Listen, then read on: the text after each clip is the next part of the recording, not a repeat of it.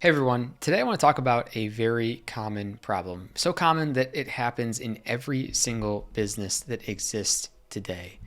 And this is something that is a problem for managers, for leaders, for CEOs. It's also a problem that is faced by anybody else who is an employee at a company. And the problem is the principal agent problem. Maybe you've heard of this before. It's the idea that there is a tension between the management and the leadership and the employee. And the tension is very simple. The CEO, the leader, the manager, they have an incentive to have their employees produce as much output as possible for as little money as possible. And the employee has a separate incentive. They have an incentive to make as much money as possible, doing as little as possible. If you're an employee at a company and you could get paid 10 times more for doing 10 times less work, wouldn't you take it? And the same thing for the employee, for the employer getting their employees to do 10 times more work for 10 times less pay. And that is the tension that happens in every business. Now, I don't think that people want to be in that tension. I certainly don't. I don't want to be micromanaging. I don't want to be just demanding stuff. And if I'm working somewhere, I don't want to feel like I'm being burnt out, like I'm being squeezed. I think that's something that a lot of people are feeling right now.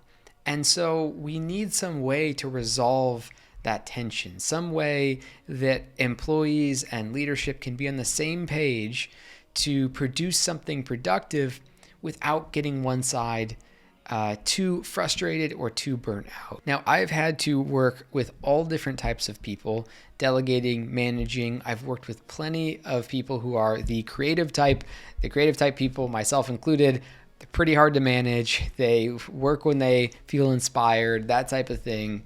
And I've really had to figure out, how do I delegate to other people? How do I work with other people in a way that we don't feel like that tension is going on? And I've made so many mistakes in this area, like plenty of projects that just haven't gone well, plenty of people I've hired that I realized that I should not have hired, all different issues that have popped up from really underneath it all, not figuring out how to resolve this problem in the best way possible. Now, things started to change when I started to realize that all of the mistakes, all of the painful areas of managing other people was actually a reflection on me. Now, yes, there are some people who maybe I shouldn't have hired, but even that, it was like I shouldn't have hired them in the process. My process should have been good enough to filter that person out and frankly help them find opportunities that were more of a fit than what I offered them. And what I started to realize was every time the mistakes were happening, it was actually my responsibility. And so one way to start resolving the principal agent problem is, as a leader, as a manager, as a CEO, realizing that it's your responsibility to develop the workplace in such a way that you're facilitating a great opportunity for somebody else to seize and add value for your business. And so I believe it is my own responsibility as the leader to really empower the people that I'm working with to be successful. And if they're not successful, I have to ask myself the question, what am I not doing? And what could I be doing to help people on my team be more successful in their role?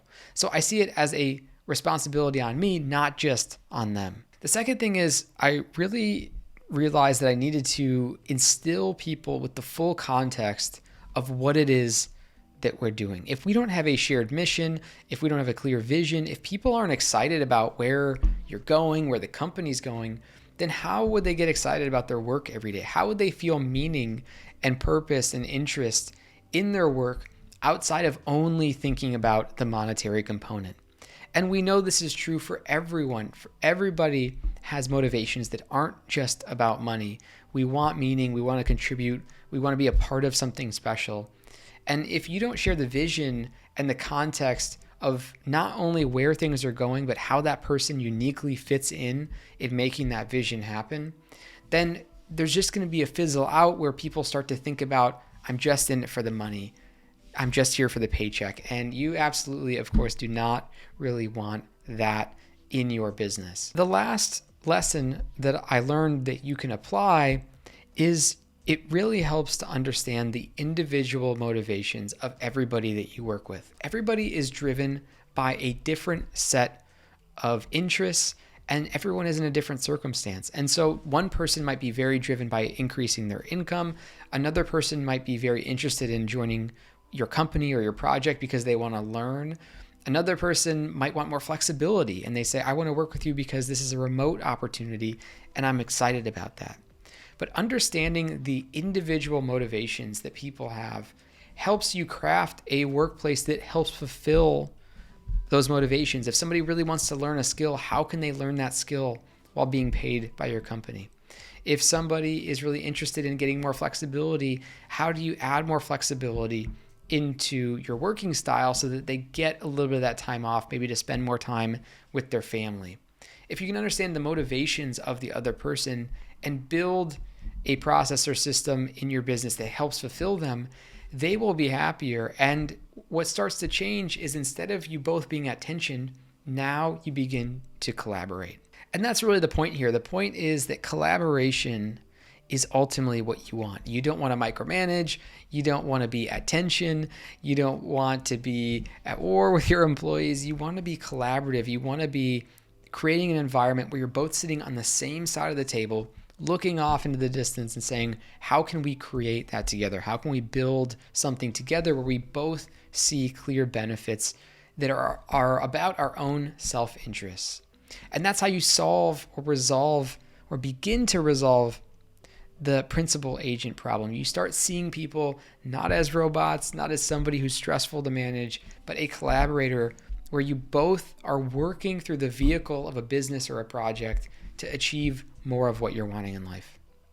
Now, I hope that is a helpful perspective on leadership, delegation, management. I've been writing and I've been very interested in this topic for the businesses that I'm working with. If you have any questions or ideas, comments you want to throw, right there in the comment section, we'd love to chat with you there. And as always, we'll be back again very soon. Later.